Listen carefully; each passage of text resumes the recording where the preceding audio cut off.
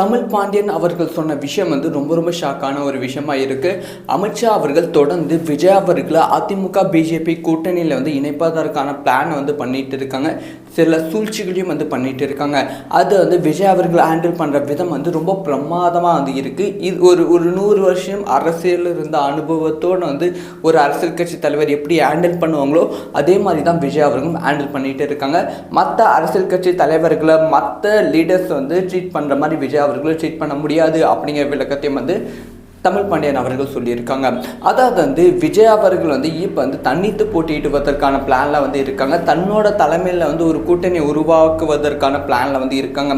அதனால தான் திமுக கூட்டணி கட்சிகளிலிருந்து பல கூட்டணிகள் பிரித்து தமிழக வெற்றி கழகத்தோட இணைப்பதற்கான பிளான்லையும் இருக்காங்க. ஸோ இந்த அதிமுக பிஜேபி கூட்டணியில் தளபதி விஜய் அவர்கள் வருவாங்க அப்படிங்கிற தாக்கு கடந்த ஒரு 3-4 மாதமாகவே போய்கொண்டு இருந்தது. முக்கியமாக விஜய் அவர்கள் மாநாடு நடத்திட்டு அப்புறமா இந்த ஒரு டாக் அதிகமாக இருந்தது. அதுக்கப்புறமா பிஜேபி கூட அதிமுக கூட்டணி வைத்த அப்புறமா அதிமுக பிஜேபி பத்தி விஜய் அவர்கள் விமர்சனம் செஞ்சாங்க. ஸோ அப்போ இந்த டாக் கம்மியானாலுமே அமித்ஷா அவர்கள், நாயனார் அவர்கள், அதிமுக பொதுச் செயலாளர் எடப்பாடி பழனிசாமி அவர்கள் எல்லாரும் நீங்கள் எதிர்பார்க்கும் கூட்டணி அமையும். நாயனார் சொன்னது என்னென்னா விஜய் கண்டிப்பாக எங்கள் கூட்டணிக்கு வந்துடுவாங்க, இன்னும் 1 வருஷம் இருக்கலாம் வந்துடுவாங்க. ஸோ அமித்ஷா அவர்களும் ஓப்பனாக சொல்லிட்டாங்க விஜய் அவர்கள் வருவாங்க, இன்னும் 1 வருஷம் இருக்கலாம் அப்படிங்கிற விஷயத்த சொல்லியிருக்காங்க. ஸோ தொடர்ந்து விஜய் கிட்ட பேச்சுவார்த்தை நடத்தப்பட்டு கொண்டு இருக்கு அப்படிங்கிற செய்தியும் வெளியாகியிருக்கு. அமித்ஷா அவர்கள் உங்களுக்கு துணை முதலமைச்சர் பதவி கொடுக்குறோம் வாங்க அப்படி சொல்லி கேட்டிருக்காங்க. ஏன்னா விஜய் அவர்கள் தன்னிட்டு போட்டியிடும்போது அதிமுகவோட வாக்குகளையும் பிரிப்பாங்க, திமுகவோட வாக்குகளையும் பிரிப்பாங்க. இது திமுகவுக்கு பலமா அமைந்து மீண்டும் திமுக ஆட்சிக்கு வந்துவிடும், அதிமுக படு தோல்வி சந்தித்து விடும். அதுவே அதிமுக பிஜேபி கூட்டணியில் விஜய் அவர்கள் வந்தால் அது அதிமுக பிஜேபி கூட்டணிக்கு மாபெரும் பலமா அமைந்து 200க்கும் மேற்பட்ட தொகுதிகளை ஈஸியா வின் பண்ணிவிடும். ஆனா இது என்ன சிக்கல் அப்படின்னு பார்த்தீங்கன்னா அதிமுகவுக்கு வெற்றி கிடைத்திடும், விஜய் அவர்களுக்கு துணை முதலமைச்சர் பதவி கிடைக்கும்.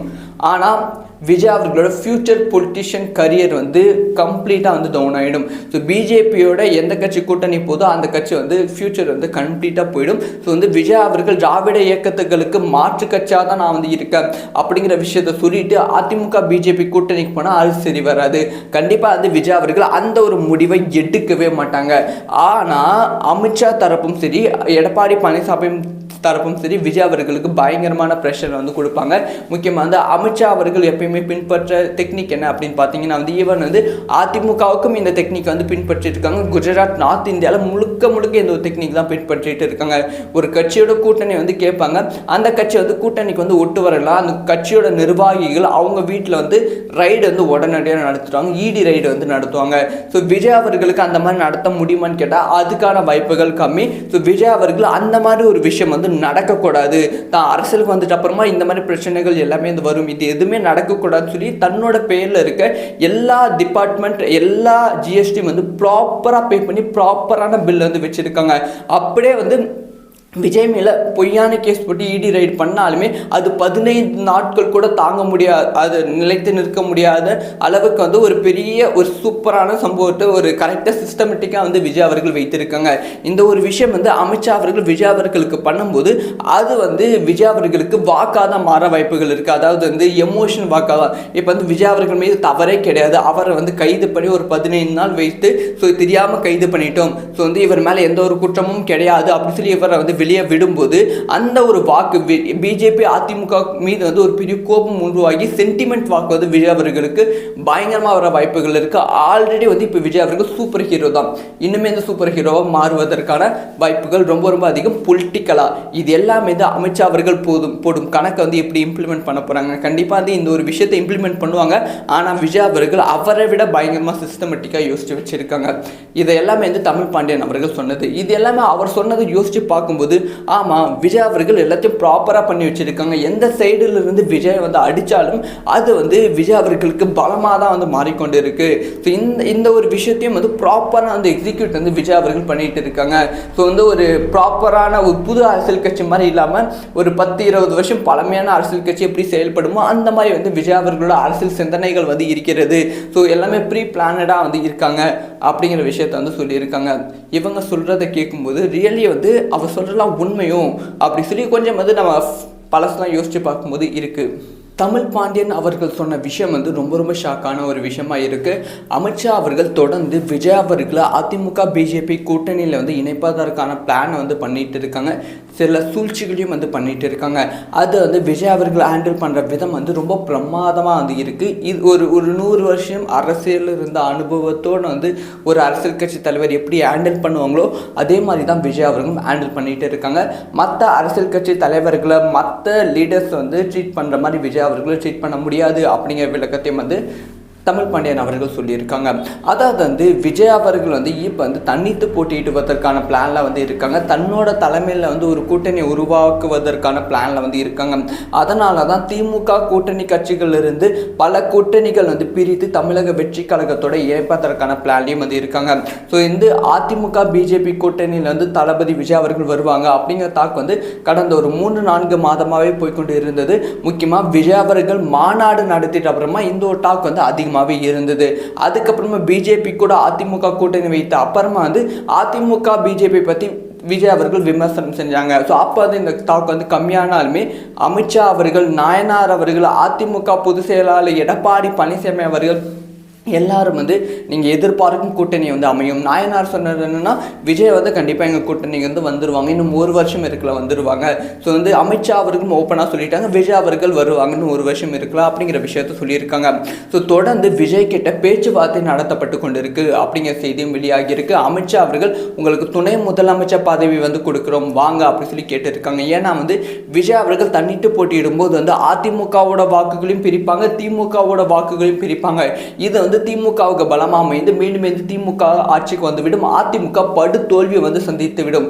அதுவே அதிமுக பிஜேபி கூட்டணியில் வந்து விஜய் அவர்கள் வந்தால் அது அதிமுக பிஜேபி கூட்டணிக்கு மாபெரும் பலமாக அமைந்து 200க்கும் மேற்பட்ட தொகுதிகளை ஈஸியாக வந்து வின் பண்ணிவிடும்.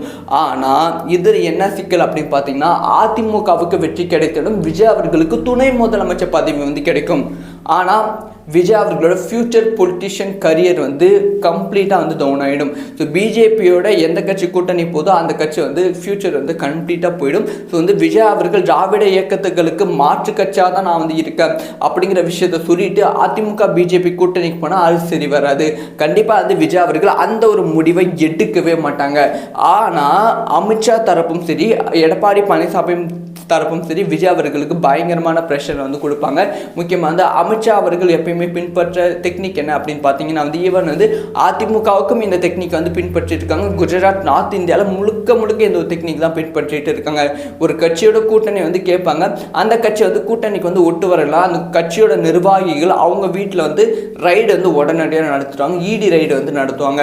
ஸோ விஜய் அவர்களுக்கு அந்த மாதிரி நடத்த முடியுமான்னு கேட்டால் அதுக்கான வாய்ப்புகள் கம்மி. ஸோ விஜய் அவர்கள் அந்த மாதிரி ஒரு விஷயம் வந்து நடக்கக்கூடாது, தான் அரசியலுக்கு வந்துட்டு அப்புறமா இந்த மாதிரி பிரச்சனைகள் எல்லாமே வந்து வரும், இது எதுவுமே நடக்கக்கூடாதுன்னு சொல்லி தன்னோட பேரில் இருக்க எல்லா டிபார்ட்மெண்ட் எல்லா ஜிஎஸ்டி வந்து ப்ராப்பராக பே பண்ணி ப்ராப்பரான பில் வந்து வச்சுருக்காங்க.